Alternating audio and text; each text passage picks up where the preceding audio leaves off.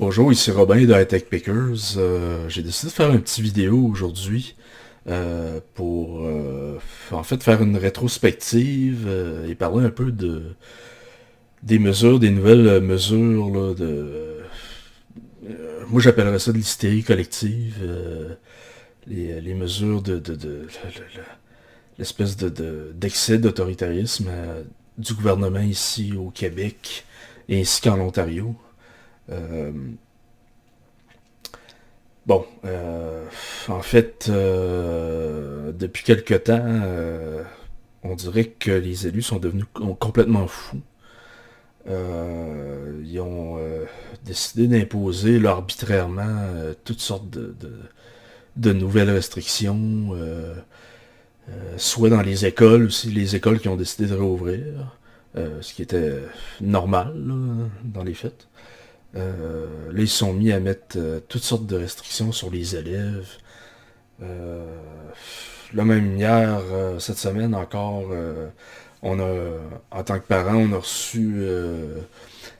reçu des communications de l'école. Puis là, il y avait une communication du service de police de la ville de Québec là, qui disait que la police allait faire de la sensibilisation autour des écoles.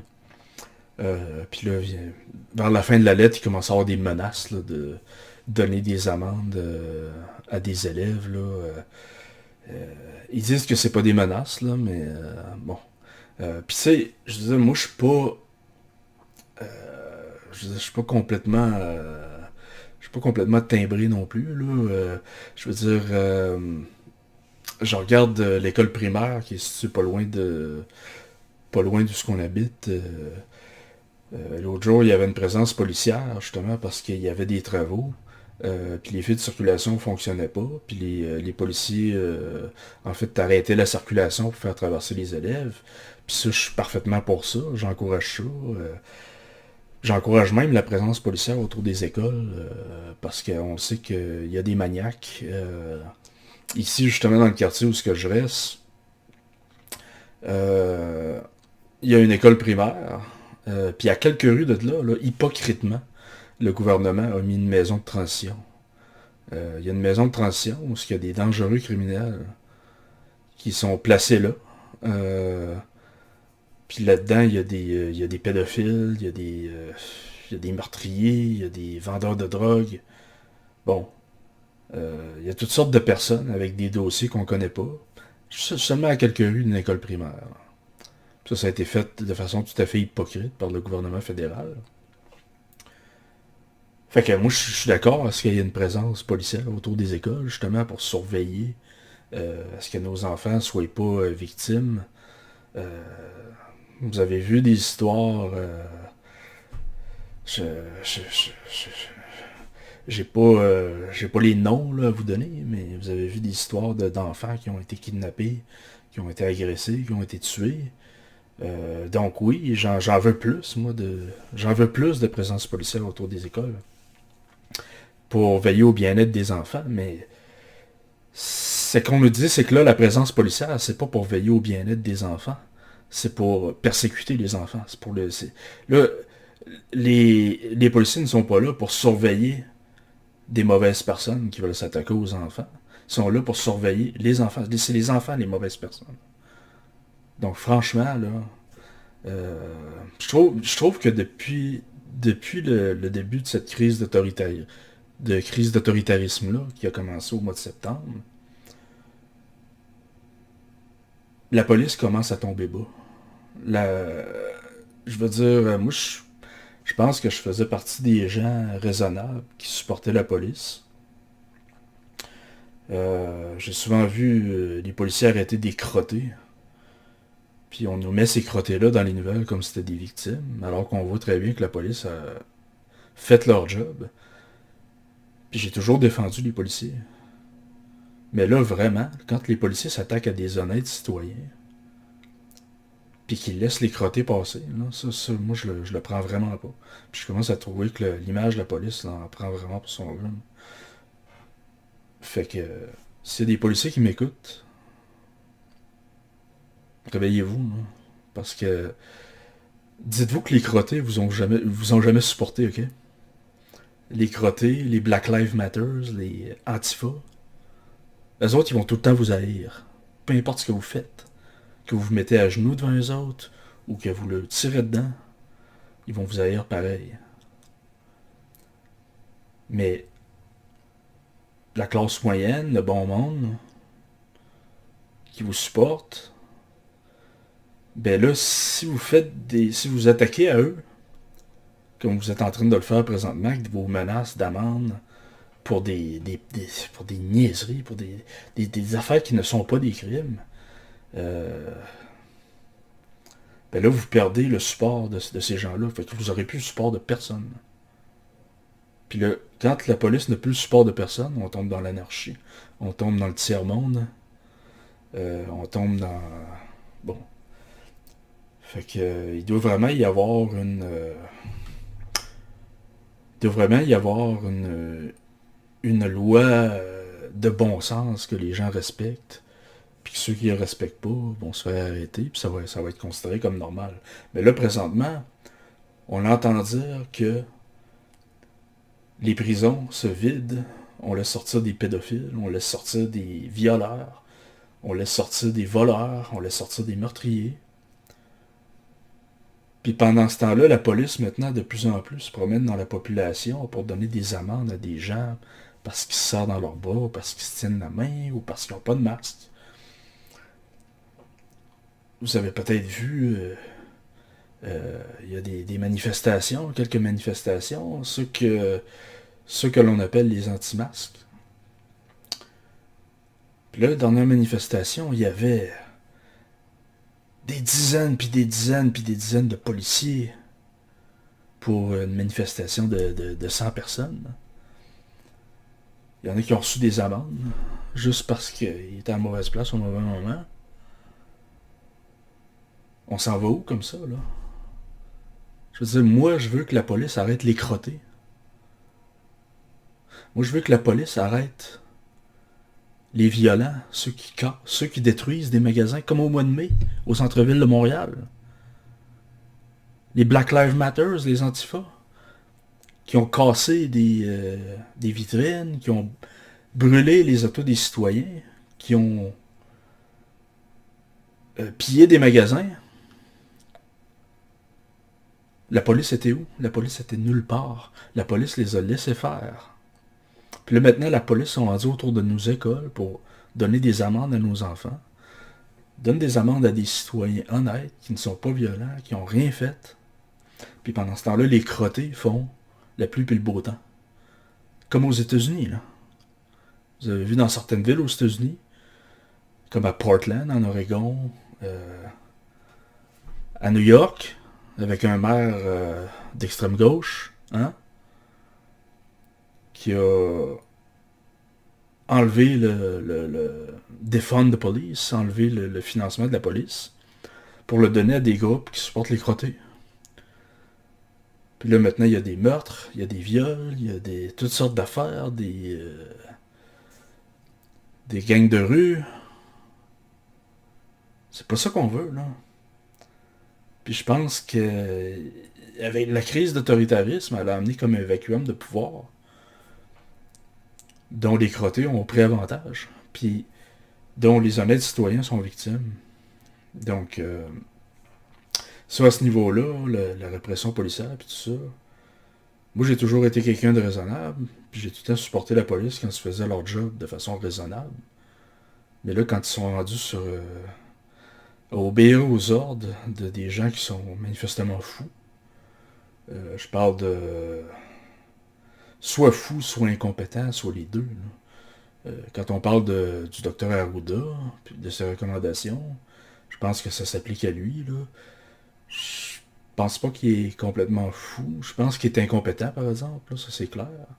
Un 2 de pique, je pense que c'est lui qui a sorti le nom. Je pense que c'est un nom qui lui colle. Là. Je pense que ce serait vraiment le bon nom pour lui. Parce que je pense pas qu'il soit fou. Je pense que cet individu-là, il a vu l'attrait de l'argent. Il a vu un gros salaire pour à peu près dire n'importe quoi. Là, dire au monde de se laver les mains. Je pense qu'il est payé 250 000 pour dire au monde de se laver les mains. Là. Je veux dire, un enfant de 5 ans... Le docteur Arruda, un enfant de 5 ans pourrait faire ce job. Ça, c'est clair. De dire au monde à se laver les mains. De montrer au monde à se laver les mains là, comme une féfille là, qui apprend à des enfants de 2 ans à la garderie comment le faire. Bon. Legault, je veux dire, puis moi je l'avoue, moi je suis quelqu'un qui a voté pour Legault aux élections. J'avoue que j'ai fait une erreur, puis clairement, aux prochaines élections, je voterai pas pour lui. Je sais pas pour qui je vais voter, parce que ici on a peu de choix, mais c'est clair que Legault, il n'y aura pas mon vote. Puis il semble complètement perdu, complètement insécure.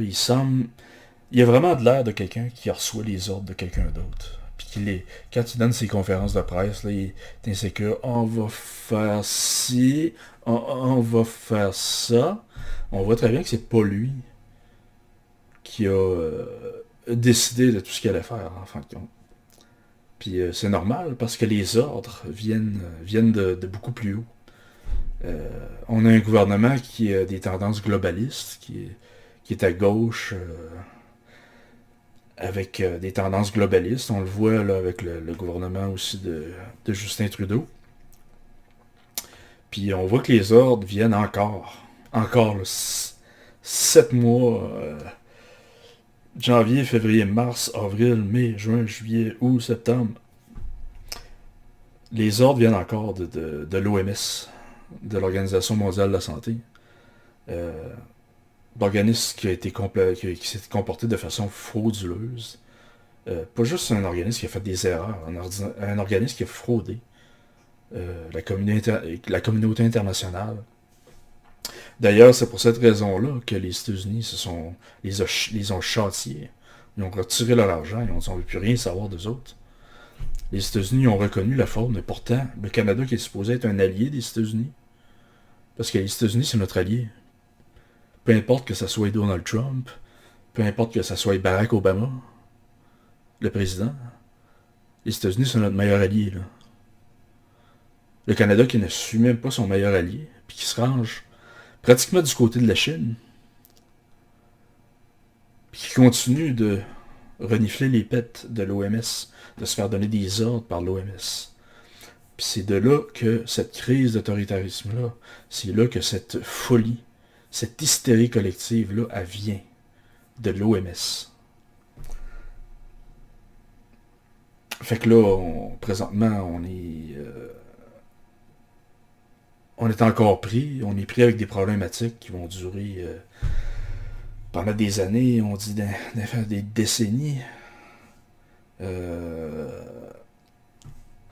ici au Québec, également en Ontario, il y a des fermetures massives. Du revers de la main, les gouvernements ils ont fait fermer des segments de l'économie. Pas juste une entreprise par-ci par-là, là, des segments au complet de l'économie. Quand ils ont dit on ferme les restaurants,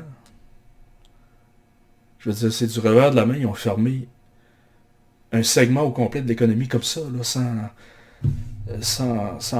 presque sans aucune explication, pour un minimum de 28 jours. Mais s'ils font ça maintenant et que ça passe, pensez-vous que dans 28 jours, ils vont pas continuer? Ben oui, ils vont continuer. Puis de toute façon, dans 28 jours, il va déjà avoir un très grand nombre de faillites qui vont se rajouter au nombre de faillites qu'on a déjà à cause de la fermeture unilatérale les fermetures unilatérales qui ont été faites dans les mois précédents. Vous vous souvenez, on a même fait fermer tous les commerces, toutes les sortes de commerces, excepté bien sûr les géants comme Walmart. Hein?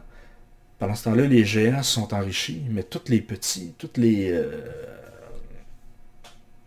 le monde ordinaire qui essaie de faire partie des entreprises, il y en a des milliers qui ont été jetés à la rue. Allez, promenez-vous, allez faire un tour au centre d'achat, là.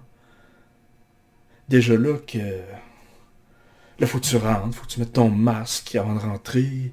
Il y a des flèches, tu serais supposé suivre les flèches. Là, premièrement, les flèches, moi je vais vous le dire honnêtement, il y a personne. Il y a personne qui ne les respecte, les flèches, ok? Je veux dire, moi je vais à l'épicerie, là, il y a des flèches, là. Il y a du monde dans les deux sens. Moi non plus, je les respecte pas. Ça, ces flèches-là tombent dans le dérisoire, là, mais personne ne les respecte. Donc, à quoi ça sert d'en mettre si personne ne les respecte? Mais vous rentrez, le centre d'achat, il est vide, de toute façon. Alors, remarque, allez faire un tour là, au centre d'achat. C'est vide, même le samedi. Puis la plupart des commerces sont fermés. Regardez les commerces, il y en a un sur 5 qui reste. Bien sûr, les grosses affaires comme Walmart, qui ont tout été ouverts. Parce qu'ils ont utilisé de leur influence pour rester ouverts, bien sûr. Mais tous les autres commerces, ils ont été fermés. Pourquoi?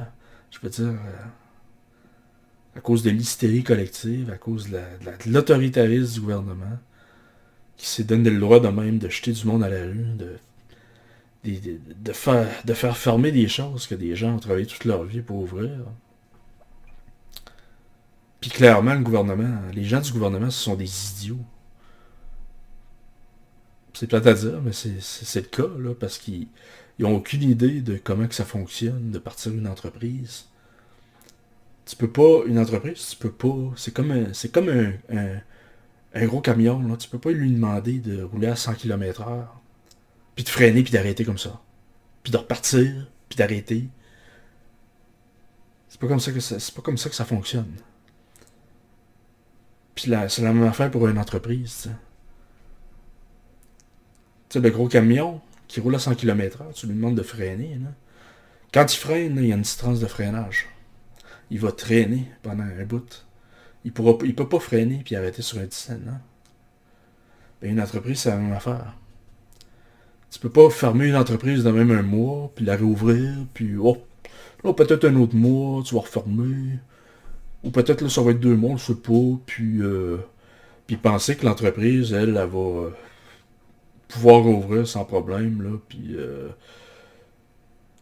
c'est pas comme ça que ça marche, mais les gens du gouvernement, ce sont des idiots, ils ont aucune idée de ce que c'est que, que de partir une entreprise ou de faire fonctionner une entreprise. Eux sont habitués de travailler puis de se faire payer avec l'argent des taxes. Puis de prendre des congés là, quand ça leur tente.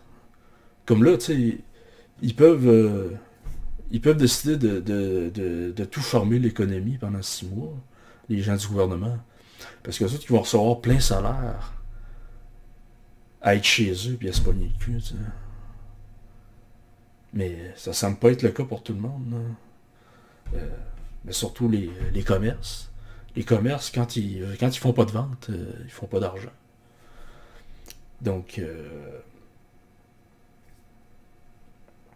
c'est des segments, c'est pas juste des entreprises, ce sont des segments de l'économie qui ont été carrément mis au pied du mur, en faillite. Puis les faillites, souvent, le mécanisme d'une faillite, comme on le sait, les gens disent pas bon, ben demain matin ou la semaine prochaine, je vais faire faillite.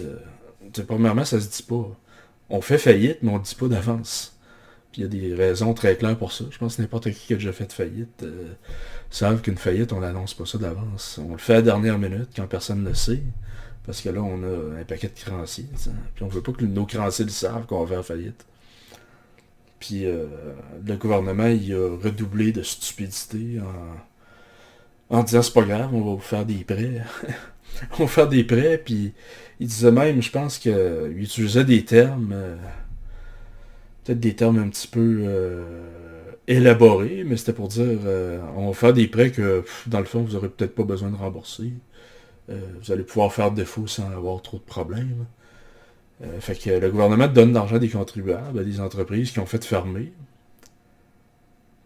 Puis c'est un peu comme ils leur disent, regarde, ce prêt-là, ben, organisez-vous avec ça, puis vous amènerez ça dans votre faillite. Avec vous, tu sais. Puis c'est des prêts qui sont consentis à des entreprises qui ont fait fermer. C'est des prêts que jamais une banque, en temps normal, aurait fait ces prêts-là à ces entreprises-là. Parce que un propriétaire d'entreprise va à la banque pour avoir un prêt. S'il démontre qu'il y a une bonne entreprise, qui fonctionne bien, qu'il y a des belles probabilités, puis tout ça, là, la banque va lui prêter. Mais si le gars s'en va à la banque puis il dit bon ben là regarde j'aurais besoin d'un prêt parce que je suis dans la merde, parce que je suis fermé pour une période indéterminée. J'ai aucun revenu, fait que je devrais avoir un prêt là, pour me nourrir et payer mon loyer. Puis on ne sait pas, là, advienne que pourra, je vais peut-être te rembourser. Là. Pensez-vous vraiment que la banque ferait un prêt sur une histoire comme ça? Non, mais ça c'est des prêts que le gouvernement donne aux entreprises qui a fait fermer de force. T'sais. Fait que c'est redoubler de stupidité encore. Euh, ça n'a aucun bon sens. Euh, Puis on dirait qu'il n'y a aucune opposition. Ici, ben, y a-t-il déjà eu une opposition ici au Québec ou au Canada ou en Ontario, je le sais pas. On dirait que c'est tout le temps soit de la gauche ou de l'extrême gauche ou de l'extrême extrême gauche. Mais c'est tout le temps du pareil au même, là, comme le NPD, les libéraux, puis même les conservateurs à un certain niveau, là, au fédéral. C'était la même affaire. Aux dernières élections, c'était toute la même cassette. La même affaire. Je veux dire, t'avais comme aucun choix, tu sais. Fait que, fait que c'est à peu près ça. Puis pour le reste, comme je dis, là, quand je parle de segments de la population qui s'en vont en faillite, il y a, imaginez-vous le tourisme. Le tourisme, le gouvernement n'a même pas eu besoin d'aller fermer ces entreprises-là. Là. Ils ont, ils se sont retrouvés avec zéro. Zéro comme chiffre d'affaires, presque automatiquement. Le secteur de l'aviation, les gens qui travaillent dans l'aviation, ça c'est encore une grosse faillite. Les agences de voyage. Puis tout ce qui est relié au tourisme. Je veux dire, quand le pays est fermé, ben les hôtels, les restaurants, hein, les trappes à touristes, hein, comme on a dans le Vieux-Québec, là, ces restaurants-là qui veulent pas de la merde, mais qui chargent des prix de fou aux touristes, à des touristes français là, qui savent pas compter, qui viennent ici. Comment est-ce qu'ils vont faire pour survivre? Comment est-ce que les magasins du Petit Champlain qui vendent des gilets avec des têtes de loup à 39,95 vont faire sans avoir des touristes français stupides pour les acheter? Euh, des plumes, des mocassins, toutes les babelles qu'ils vendent là, ben ça c'est des faillites. Est-ce que c'est une bonne affaire? Peut-être, là, parce que franchement, je pense qu'ils devraient changer un petit peu de modèle, puis vendre de quoi d'un peu plus honnête, à bon prix, là, mais en tout cas. Fait que ça, le secteur du tourisme, le secteur de la restauration, le secteur de l'hôtellerie, faillite massive partout, partout. Puis les centres d'achat, les commerces, il y a déjà un très grand nombre de commerces qui ont fermé. Ça va amener la fermeture de centres d'achat. Parce que si les centres d'achat n'ont pas de locataires, il y en a qui vont fermer. Là, ça va devenir des projets immobiliers pour faire quelque chose d'autre. Fait que la deuxième vague, moi je dirais la première vague du vrai virus, là, le virus de l'autoritarisme, le virus du tiers-mondisme, là, des faillites massives, de la crise économique, ça s'en vient. Ça s'en vient parce que ça arrive tout le temps. Ça arrive tout le temps un petit peu en retard. Là. Ça arrive. On a vu tous les problèmes économiques qui sont arrivés, mais les faillites vont venir après. Parce que les gens préparent leur sortie. Puis des fois, ça peut prendre plusieurs mois là, avant de préparer sa sortie. Surtout quand le gouvernement donne des prêts pour garder une bonne figure pendant quelques temps. Tôt ou tard, à un moment donné, tu es obligé de te ramasser chez le syndic, puis de faire ta sortie. Puis une faillite, ça se fait automatiquement comme ça. Là, t'sais. Puis dans ce temps-là, tu tombes sur la protection de la faillite. Fait que c'est clair que la vraie crise, la crise économique, elle s'en vient. Puis ça, peut-être que ça va changer le mal de place. Là. Parce que quand on regarde les journaux qui sont complicites de plus en plus avec le gouvernement, ils nous parlent du virus de laboratoire de Wuhan 250 000 fois par jour. Ben, eux autres, ils appellent ça le COVID-19. Mais c'est un mauvais terme. Là. COVID-19, c'est un très mauvais terme à utiliser. Dans le fond, c'est le terme qui a été inventé par l'Organisation mondiale de la santé pour disculper le régime communiste d'avoir été négligent, puis d'avoir laissé ce virus-là sortir de leur laboratoire, d'avoir arrêté les journalistes qui en parlaient, d'avoir arrêté les médecins qui en parlaient en Chine. Donc le vrai terme, c'est soit le virus chinois, soit le virus du laboratoire de Wuhan, soit le virus du Parti communiste chinois. Mais le terme COVID-19, c'est une insulte à l'intelligence d'utiliser ce terme-là. Mais comme on voit dans notre société, il y a beaucoup de monde qui n'en ont pas d'intelligence. Ils suivent comme un troupeau de moutons, suivent les organismes mondialistes comme l'Organisation mondiale de la santé, suivent le gouvernement qui est là présentement sont eux-mêmes des marionnettes de l'OMS, sont eux-mêmes des marionnettes globalistes. Puis l'OMS, surtout depuis le retrait des États-Unis, ben là, sont rendus complètement contrôlés par le Parti communiste chinois. Donc, les gens qui sont responsables du problème, sont responsables du virus qui est sorti d'un de leurs laboratoires, celui de Wuhan, eh bien maintenant, non seulement ils sont disculpés complètement, non seulement ils ont réussi à se sauver de leur responsabilité criminelle, leur négligence criminelle, qui a causé des dommages en termes de trillions, en plus des morts aussi. Ces gens-là sont morts de rire. Ces gens-là risent de nous. Les communistes risent de nous présentement. Le Parti communiste chinois rit des États-Unis. Il riait de Donald Trump l'autre jour. Parce que Donald Trump, il y a eu le virus du laboratoire de Wuhan. En fait, avec un bon médicament, il a réussi à guérir en quelques jours. Et pendant ce temps-là, la radio d'État du Parti communiste chinois, parce que tout ce qui sort à la télévision en Chine, c'est contrôlé par l'État. Donc, c'est représentatif de ce que l'État veut dire aux gens. Il riait de Donald Trump. Comme ils risent de nous. Comme ils risent ils ont ri de l'Europe. C'est des salauds, c'est des enfants de chiennes, ces gens-là. Donc, on peut pas être à solde de ces gens-là. On doit vraiment se réveiller, là. Parce qu'on est en train de faire rire de nous. Puis, l'OMS est maintenant contrôlée presque totalement par cette gang d'enfants de chiennes, là. Donc, réveillez-vous. Parce que c'est certainement pas le gouvernement ici de Justin Trudeau. Justin Trudeau, là, qui je sais pas où il est rendu. Là. Je pense qu'il est encore en confinement depuis des mois, là. Alors qu'il n'y a rien eu. C'est pas Trudeau qui va vous dire de vous réveiller. Puis en passant, le Parti communiste chinois maintient encore 2 Canadiens qui ont pris en otage depuis 2 ans. Trudeau, petit gars Trudeau, petit con Trudeau, ça le dérange pas. 2 citoyens canadiens, bon, c'est des vrais Canadiens, non, c'est de la merde, ça. Et pendant ce temps-là, notre petit con Trudeau, lui, il a envoyé des avions en Syrie pour aller chercher des réfugiés et les amener ici, parce que lui, il les aime tellement. Mais 2 vrais Canadiens qui sont pognés, Trudeau fait rien. Il ne fera rien.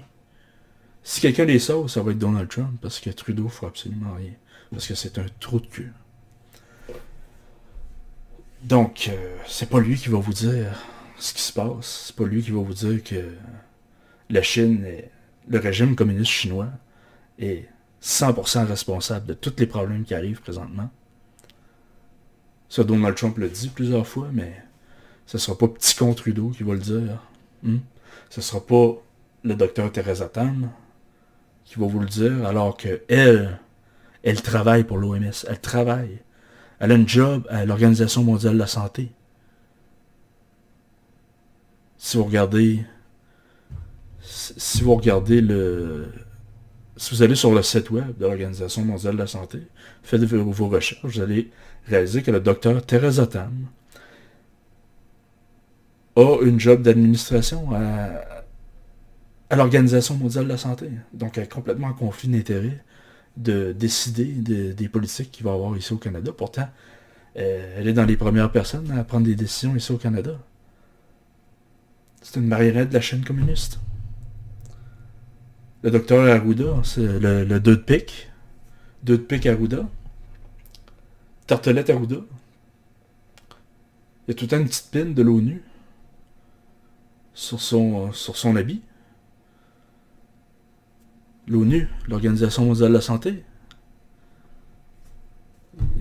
Il s'en cache même pas. C'est une marionnette, lui aussi. Donc, ce que je dis, c'est que le peuple doit se réveiller. Pas se réveiller en sauvage, comme des Black Lives Matter ou des Antifa, là. Je dis pas de faire de la violence, quoi que ce soit, ou de casser quoi que ce soit.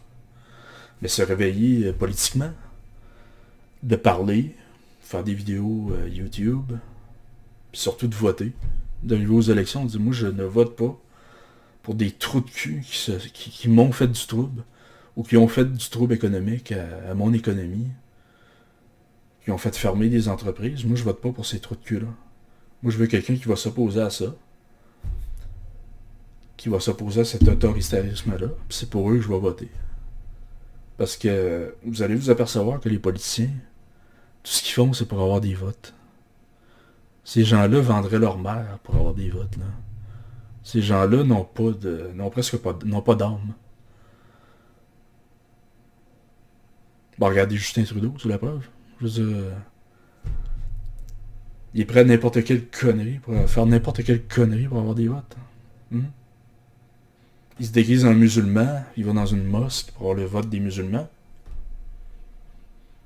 Après ça, il s'en va dans une parade de la fierté gay pour avoir les votes des gays, alors que c'est deux positions qui sont complètement contradictoires, parce que dans l'islam, c'est marqué que les gays doivent être mis à mort. Donc, il est ami avec ceux qui veulent tuer les gays, puis après ça, il s'en va dans la parade des gays pour avoir les votes des gays. Puis il n'y a personne qui s'aperçoit que ce gars-là, je veux dire, c'est un visage c'est un visage à deux faces, à plus que deux faces. Hein. Puis il se met même une face noire. Il se peinture la face en noir pour rire des noirs. Puis après ça, il se promène le petit doigt en l'air pour parler de racisme, d'intolérance, puis de ça. Là, c'est vraiment... C'est un caméléon, ce gars-là. Là, puis il réussit à se faire réélire. Quand les gens, après toutes les conneries qu'il a faites, si les gens vont voter pour lui, ils se disent, ces gens-là, ce sont des caves, ce sont des moutons, ce sont des nains. Fait que je vais continuer à faire des conneries, là. Je veux dire, je peux faire n'importe quoi puis je suis élu. Fait que c'est comme ça que les politiciens pensent. T'sais. Fait que, en tout cas, moi, ça m'a fait du bien un petit peu de dire la vérité à propos de certaines choses. Je pense pas que ça va vraiment changer quoi que ce soit. Donc, je perds pas rien, là. Je peux pas me faire dire, YouTube va te démonétiser parce que tu dis la vérité, comme d'autres personnes. Parce que je suis déjà pas monétisé de toute façon. Donc, ça me permet quand même d'être intègre dans ce que je dis. Fait que je vais clore un petit peu là-dessus. Fait que je vous souhaite quand même une bonne fin de fin de semaine de l'Action de grâce. Et on va se revoir probablement dans une autre vidéo. Merci.